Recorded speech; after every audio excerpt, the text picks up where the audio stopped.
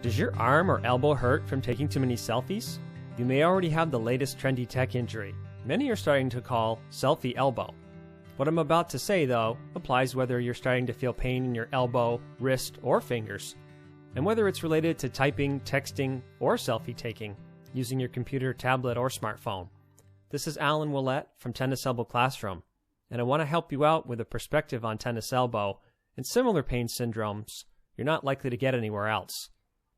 First of all, is this new selfie elbow phenomenon, which is getting a lot of media buzz and hype lately, really a new medical condition? Is it really an injury at all? Well, no, it's not really a new condition because it's just the repetitive motions of taking excessive numbers of selfie pics day after day, or texting excessively, that causes it, which is relatively new, but not the actual injury to the muscles and tendons involved. Yes, we can certainly add selfie elbow to the growing descriptive list of modern insults and afflictions, like text neck, BlackBerry thumb, gamer's wrist, and of course, carpal tunnel syndrome. But if your selfie elbow does become a full-blown injury, it's likely going to end up being either golfer's elbow or tennis elbow, because that's what an injury to those wrist muscles and their tendons at their attachments is already called. I know you may be thinking, but I don't play tennis or golf. The thing is, that's what these injuries are called regardless of whether you play these sports, or whether you got your injury from typing, texting, or taking selfies. It's called tennis elbow if it's an injury to the tendons attaching to your outer elbow at a bony knob called the lateral epicondyle. It's known as golfer's elbow if it's an injury to the tendons attaching to your inner elbow at the medial epicondyle. And it's known as wrist, thumb, or finger tendinitis, or better yet, tendinosis, if it's in the hand rather than at the elbow. But don't worry too much if you're just starting to notice a few mild early warning signs, like muscle soreness, tension, and fatigue. Yes, those things can become outright injuries if allowed to progress long enough, but you're not likely to have a serious full-blown injury when you're just starting to feel mild symptoms. These injuries take time to develop, which is why they're often called overuse, repetitive strain, or cumulative trauma injuries. The damage happens gradually, not all at once, and it can really sneak up on you because you don't usually feel that much in the beginning, and the tension, soreness, and fatigue you do feel usually doesn't last. It comes and goes, so you tend to dismiss it and not take it that seriously at first. Or you put some ice on it for a few minutes, you slap a strap or brace around it for a few hours, you swallow a couple ibuprofen, and you forget about it until the next time it bothers you. That's the first mistake, though, and I want to warn you about doing that, whether your fingers, hand, or elbow aches from typing on your computer, texting on your smartphone, using your tablet, or taking selfies. Most people with these problems don't take them seriously at first, especially if they've never had an overuse injury like tennis elbow before. You just don't realize how stubborn, chronic, and debilitating these injuries can become if you don't address them properly, and people very often don't. That's a big part of the insidious way these things start out small, but become stubborn chronic injuries that just suck all the fun out of your sport or hobby, or the productivity out of your work. You can find yourself just shaking your head in confusion and your fist in anger, wondering 6 months, a year more later, how it got this bad.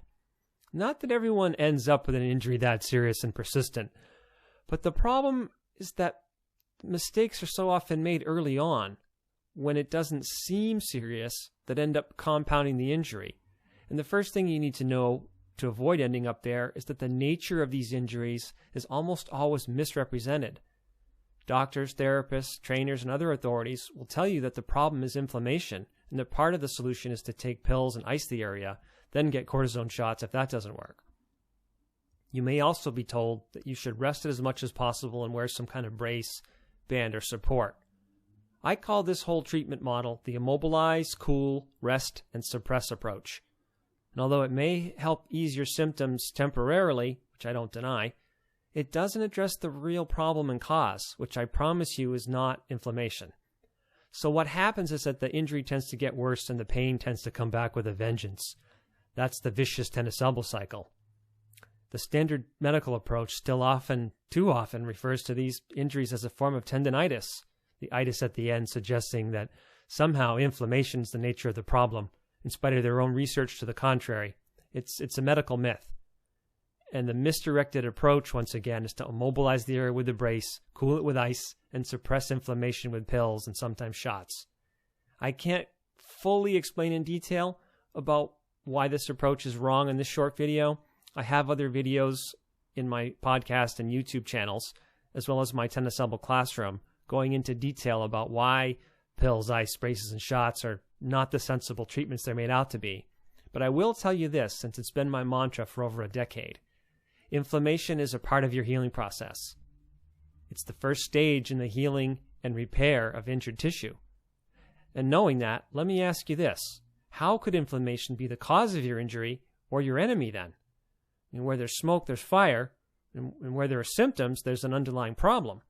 Smoke doesn't cause fire, and symptoms don't cause the injury. They arise from it. And inflammation isn't just any symptom.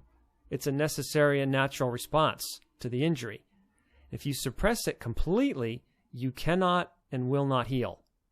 That's what's so dangerous about cortisone shots in particular, and I want to warn you about those especially.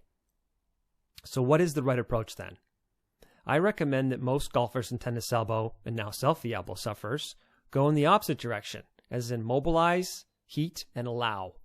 To warm the area, to stimulate blood flow and circulation, to mobilize the muscles and tendons involved with advanced massage therapy techniques instead of immobilizing them with a brace. To allow the inflammation process to do what it's there to do, which is help heal and repair the damage, and to avoid the cooling, suppressing ice, anti-inflammatory pills, and cortisone shots. The one area of agreement I do have, partial agreement anyway, is on exercise, because exercises are undeniably essential for rehab and long-term injury recovery and the prevention of re-injury. But instead of starting rehab exercises early on, I don't see them as the priority or the proper first step. You'll hear other opinions, but I'm convinced that for most sufferers, the priority should be on mobilizing your muscles and tendons, releasing muscle tension, sticky adhesions and scar tissue, and stretching frequently, and eventually including strengthening rehab exercises once the area is improving and not so aggravated.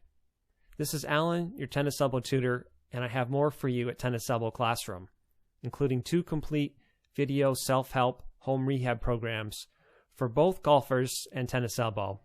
Oh yeah, and selfie elbow. But this is not just some sales letter site. I have dozens of free articles and videos on every aspect of these frustrating conditions, including, as I mentioned earlier, why pills, ice, braces, and shots are not sensible treatments for these injuries, how they can end up doing you a lot more harm than good. Some of my recent articles include the tennis elbow diagnostic test your doctor probably won't give you. Does platelet-rich plasma therapy actually work? Exercises you should avoid when you have tennis elbow. And of course my latest, Selfie Elbow, what is it and how do you treat it? Check it out at tenniselbowclassroom.com. And follow me for more at Tennis Elbow Classroom on YouTube and Facebook, on Pinterest at Tennis Elbow Help, HELP, and at Tennis Elbow Tutor on Twitter.